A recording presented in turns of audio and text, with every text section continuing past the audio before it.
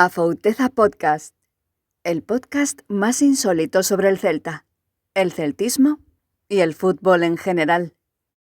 Boas celtistas, que tal, como estamos? Teño dúas preguntas para vos. Dos xogadores Hugo Álvarez, Hugo Sotelo e Damián, cal cederíades e por que Sotelo? Non, agora en serio.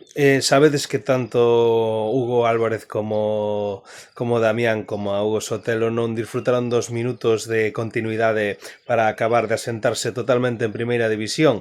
Hai moitas partes do celtismo que estarían a favor de unha cesión de algún destes xogadores para poder continuar a súa progresión e asentarse na élite do fútbol profesional.